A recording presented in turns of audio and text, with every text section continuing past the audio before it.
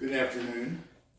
In our Episcopal Church 101 today, I'd like to have some fun comparing the church in the first 2 centuries after Christ as well as the church today.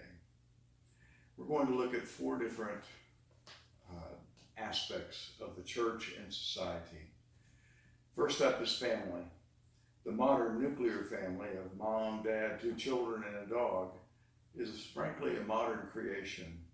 In the first century, the nuclear family included one's aunts, uncles, grandparents, and cousins. Harsh desert conditions required that families take care of each other as a matter of survival.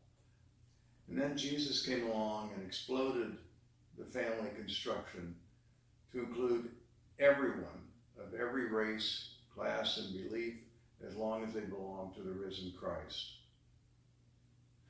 So today, our emphasis on the nuclear family at home is actually completely opposite the teachings of Jesus. Secondly, money. The early church met in homes at night, largely to avoid trouble with the Roman occupiers of Palestine and Asia Minor, modern-day Turkey. While Paul earned his living as a tent maker, he also said that those who work to proclaim the gospel deserve their wages.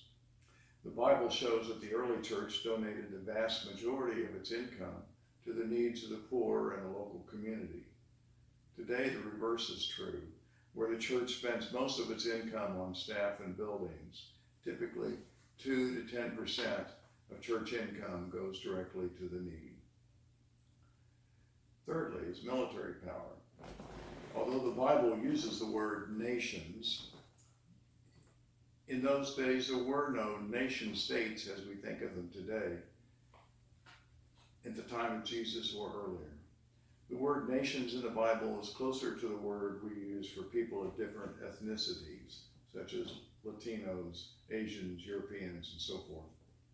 The modern belief in the use of military power by a modern nation for purposes of defense and extension of its values is connected to the rise, believe it or not, of the evangelical church in the United States. They fused the concepts of American manifest destiny, American exceptionalism, and salvation of the cross into an ends justifies the means support of post-Eisenhower buildup of the American military. In contrast, the early Christians did not envy the power of the Roman military, preferring instead the sacrificial love of the cross. For those early Christians, evil was not conquered by military might, but by suffering and love. We are to love our enemies. And finally is formation and conversion. The early church formed converts into Christian belief over a period of a 3-year, quote, catechumenate. Once the catechumens, those were the people seeking baptism, lived together in community during their instruction period. They may have held outside jobs, but much of their income went to the church. They memorized much of the Bible.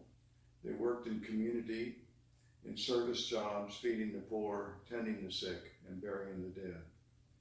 Today, people might attend a few classes and go to church to be baptized. I wonder, have we made it too easy?